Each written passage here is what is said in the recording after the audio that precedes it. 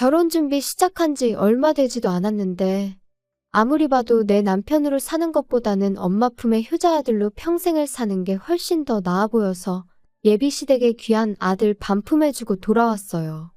저런 사람이 내 시어머니가 된다는 생각만 하면 소름이 다 돋을 정도였는데 중간 역할은커녕 엄마 말에 거역 못하고 엄마 말만 철썩 믿고 따르는 남자친구 보니 결정을 내리는 게 어렵지는 않았습니다.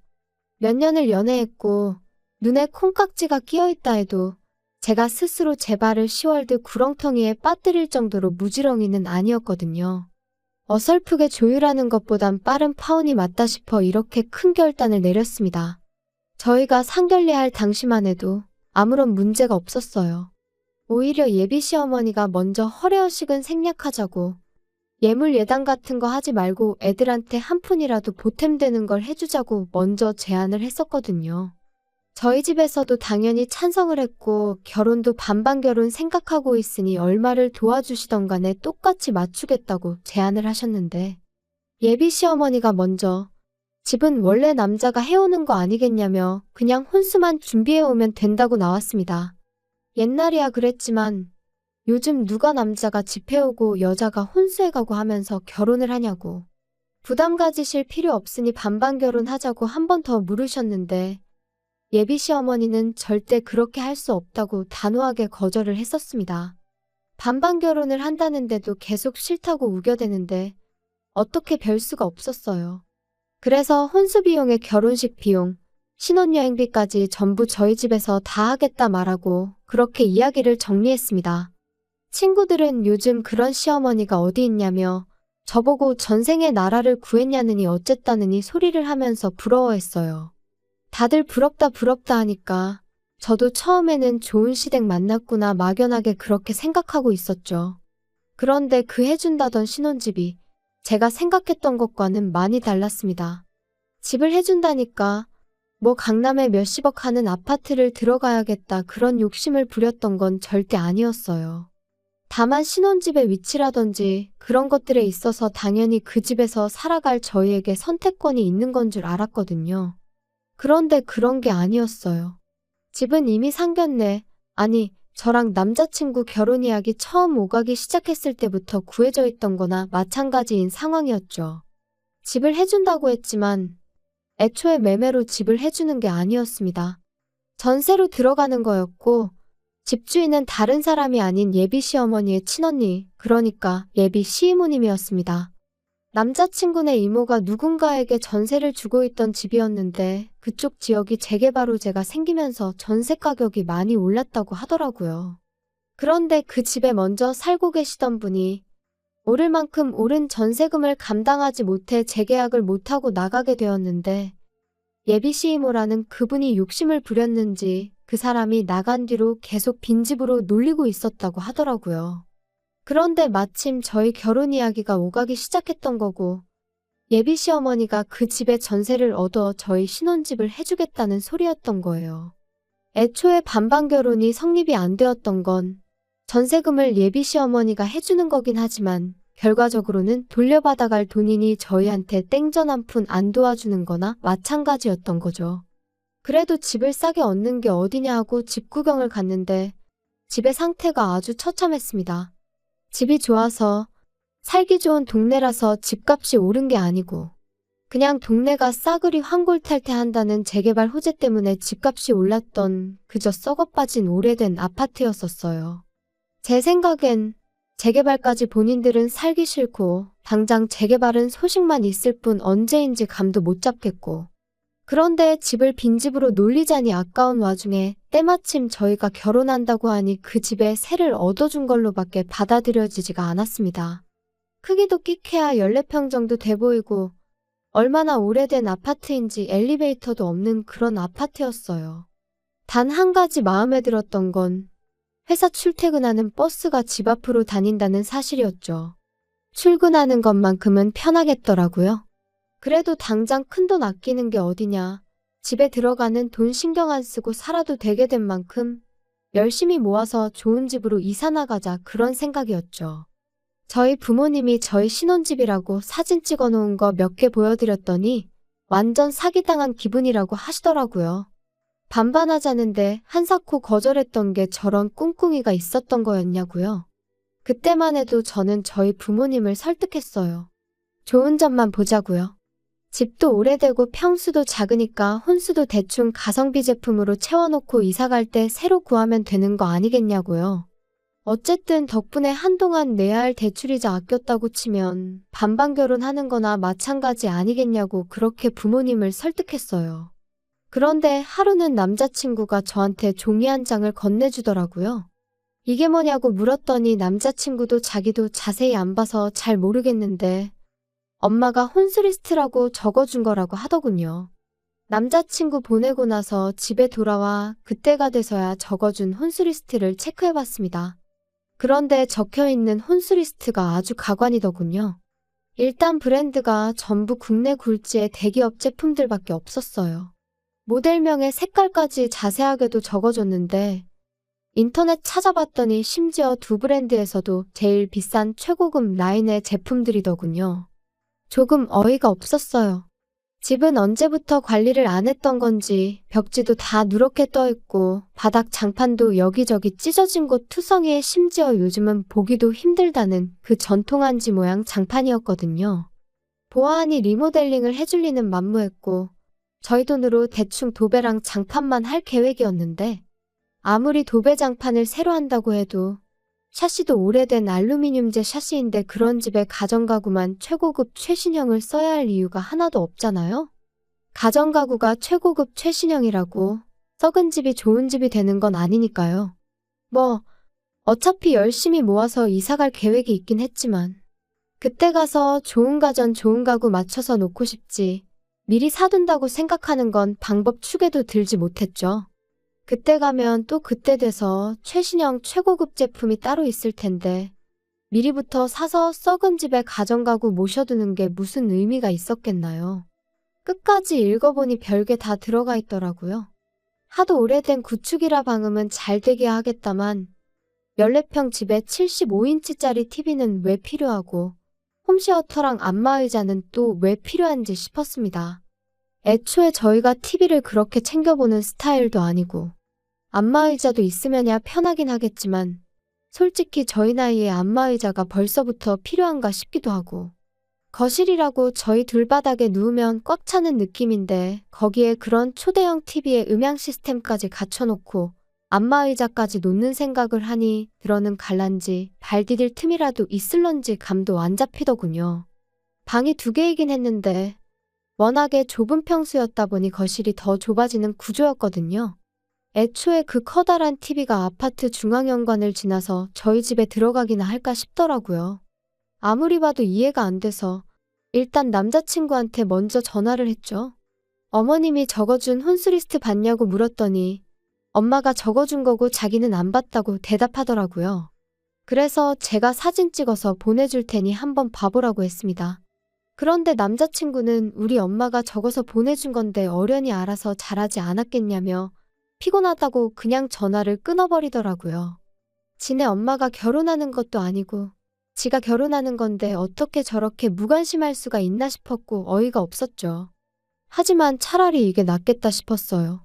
괜히 중간에 남자친구 껴서 예비 시어머니랑 의견 조율하는 것보다 제가 직접 전화해서 이야기하는 게 훨씬 좋겠다 싶었으니 말이죠. 그때가 이미 저녁 늦은 시간이었어서 생각난 김에 바로 전화하고 싶었지만 매너가 아닌 것 같아 다음 날까지 기다렸다 회사 점심시간 활용해서 예비 시어머니한테 전화를 걸었습니다. 그런데 전화는 안 받고 톡으로 왜 전화했냐는 답장이 오더라고요.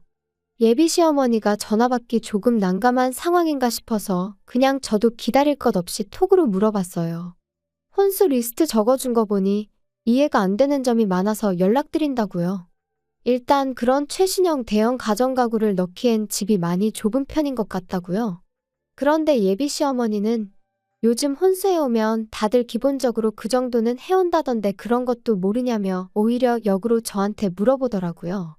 저는 그저 혼수는 집에 맞게 무리하지 않는 편에서 제가 알아서 정하고 싶다고 그래서 물어본 거라고 대답했는데 예비 시어머니는 얼마짜리 집을 해주는데 그까짓 혼수 얼마나 된다고 그것도 못 해오겠다고 이러느냐고 말하더군요.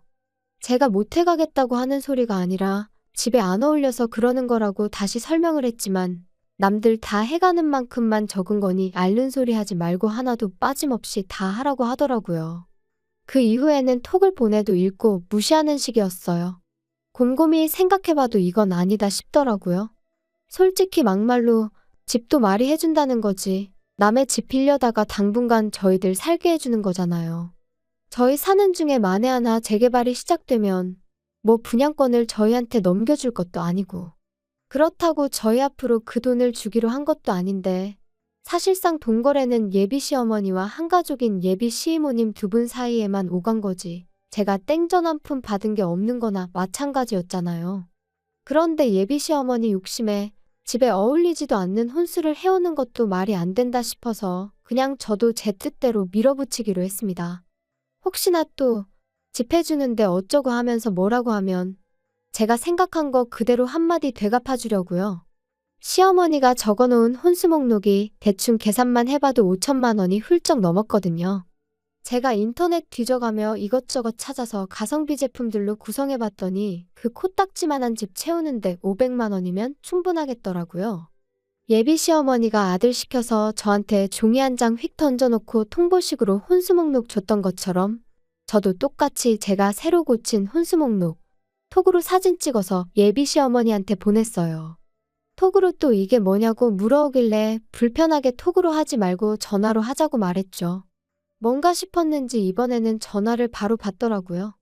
예비 시어머니는 전화 받자마자 내가 적어준 거에서 뺄 게 뭐가 있다고 그걸 네 맘대로 고치냐며 짜증 섞인 목소리로 말을 꺼냈습니다. 제가 보니 빼고 고치고 할 게 한두 가지가 아니라서 다 고쳤다고 이유도 다 설명드리겠다고 말씀드렸죠.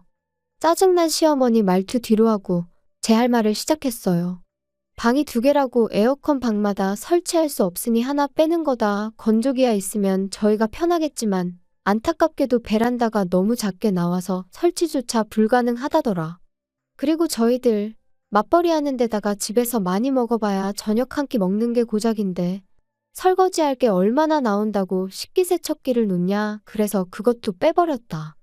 같은 이유로 양문형 냉장고도 필요 없다고. 냉장고에 들어간다고 음식이 안 상하는 것도 아니지 않느냐? 괜히 큰 냉장고 때문에 안 그래도 좁아터진 집 더 좁아 보이고 전기세만 더 많이 나온다고.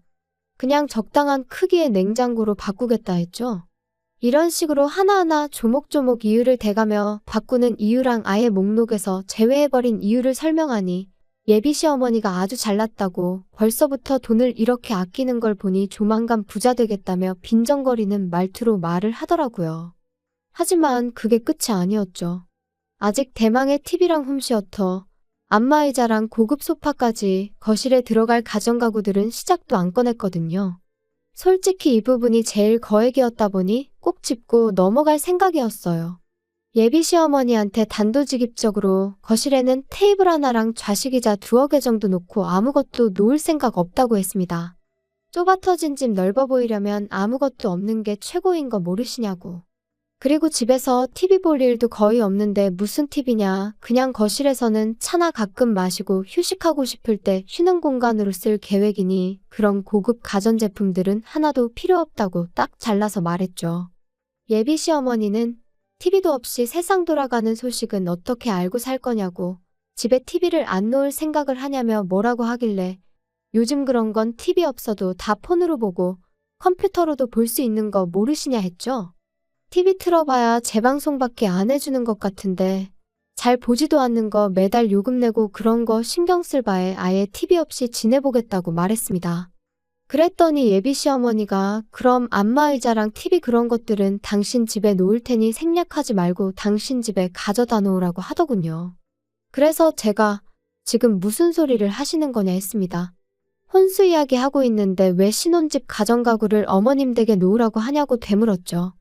그랬더니 예비 시모가 생각해보라며 그래도 내가 집까지 해주는데 뭐라도 하나는 받아야 면이 좀 서지 않겠냐고 하는 거예요.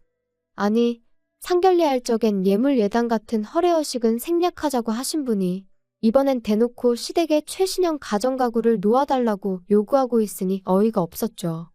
심지어 그것들만 해도 거의 2천만 원이 넘는 고가의 제품들이었거든요. 예비 시어머니는 계속해서 허례허식이 아니라 집 해주는데 혼수 고작 그거 해오면 수지타산이 안 맞지 않느냐며 계속해서 바꿔달라고 요구를 해오더군요. 아무리 생각해도 이건 아니다 싶었고 더 말해봐야 말도 통하지 않겠다 싶어서 그럼 한번 생각해본다 말하고 다시 연락드리겠다 한 뒤 전화 끊어버렸습니다. 그렇게 전화 끊고 나니 정말 말 그대로 현타가 오더라고요. 막상 저랑 결혼한다는 남자친구는 엄마가 혼수로 얼마나 말도 안 되는 걸 요구하고 있는지에 대해서는 관심도 없지 싶었고 시어머니 될 사람은 제가 악착같이 돈 안 쓰려고 기싸움하는 것 같으니 뭐라도 뜯어내려고 하는 심보인 것 같았고요. 그러다 보니 아무리 생각해도 이건 좀 아니다 싶어서 그날은 퇴근하고 자취방이 아니라 부모님 집으로 돌아갔어요. 그리고 부모님한테 이 상황을 말씀드렸죠. 14평짜리 집에 꽉꽉 채워 집어넣을 최신형 대형가전부터 가구들까지 목록 적어놓은 것도 보여드렸어요. 어머니도 기가 찼는지 어이없다는 표정을 지으시더라고요. 당장 남자친구한테 전화해서 그냥 결혼은 양가 도움을 받지 말던가 반반 똑같이 지원받아서 하는 걸로 하자고 말하라시더라고요. 그래서 남자친구한테 바로 전화를 했어요. 지금 상황을 충분히 이해가 되도록 설명을 해줬는데 남자친구는 그런 건 생각도 안 하고 바로 짜증부터 내더라고요. 애초에 그럴 거면 해온다고 하질 말았어야지 않는 거 아니냐고요. 그러면서 또 한다는 소리가 엄마랑 이야기해보고 연락 줄 테니까 그렇게 알라고 하는 겁니다. 예비 시어머니만의 문제였다면 저희 부모님이 어떻게든 조율해보려고 도와주셨을 텐데 가만 보니 이건 비단 예비 시모 혼자만의 문제가 아니라 그 아들인 남자친구한테도 문제가 있다는 걸 알게 되었습니다. 저희 부모님도 그 상황을 두 눈으로 목격하시니 엄청 열받아 하셨어요.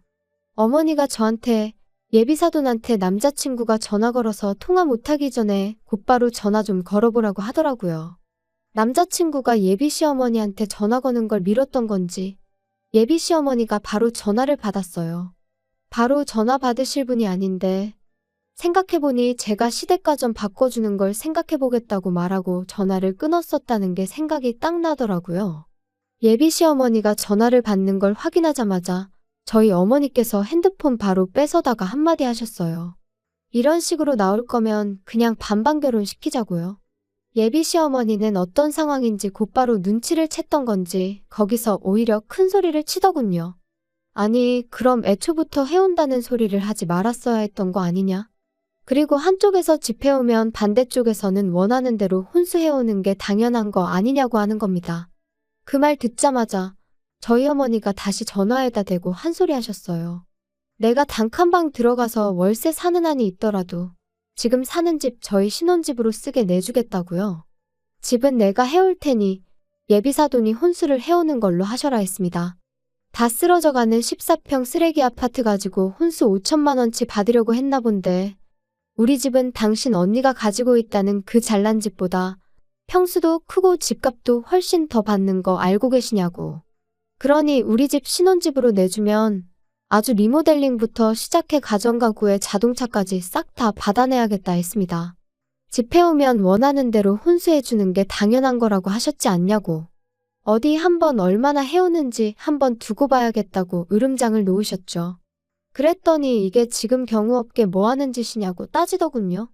예의라고는 눈꼽만치도 없는 행동인 거 알고 그러는 거냐며 큰 소리를 치길래 제가 어머니한테서 전화기를 뺏어다가 예비시모한테 한마디 해줬습니다. 당신네들이 했던 거 그대로 똑같이 하는 건데 경우 없고 예의 없다고 하는 걸 보니 아줌마가 아들 결혼을 빌미로 얼마나 개수작을 부리고 있는지는 알고 있는 것 같아서 다행이라고요. 제 말을 듣고는 언성을 높이며 너는 시어머니가 아주 우습게 보이냐고 아주 시집 오면 버르장머리를 개조해줘야겠다고 겁을 주더라고요. 그래서 저도 한마디 해줬습니다. 아줌마 정신 차리라고요. 아직도 내가 결혼하고 싶어서 이러는 건 줄 아냐고 파혼하자고 하는 소린데 눈치 좀 챙기라고 한마디 해줬어요. 예비 시어머니가 저보고 말 다 했냐 그러길래 뭐 더 듣고 싶은 말 있으시냐고 한 번 더 듣고 싶으면 말만 하라고 했어요. 몇 번이고 더 해줄 수 있다고 말이죠. 그렇게 파혼하고 나니까 여태까지 결혼에 관심도 없어 보이고 엄마 말 거역하지 말라던 남자친구가 찾아와서는 한 번만 기회를 달라고 제 앞에 싹싹 빌더라고요. 그런데 그 모습이 전혀 신뢰가 가지 않았어요. 엄마한테 무슨 말이라도 듣고 찾아온 건 아닌가 싶더라니까요. 이모네 집 세입자 못 구할 것 같아서 저러나 혼수로 모티비라도 하나 바꾸는 걸로 줄여보겠다 하려나 싶었어요. 그때 딱 느꼈죠. 결혼을 하겠다고 정하긴 했지만 이 사람이 없으면 못 살겠다 싶을 만큼 깊이 사랑했던 건 아니란걸요.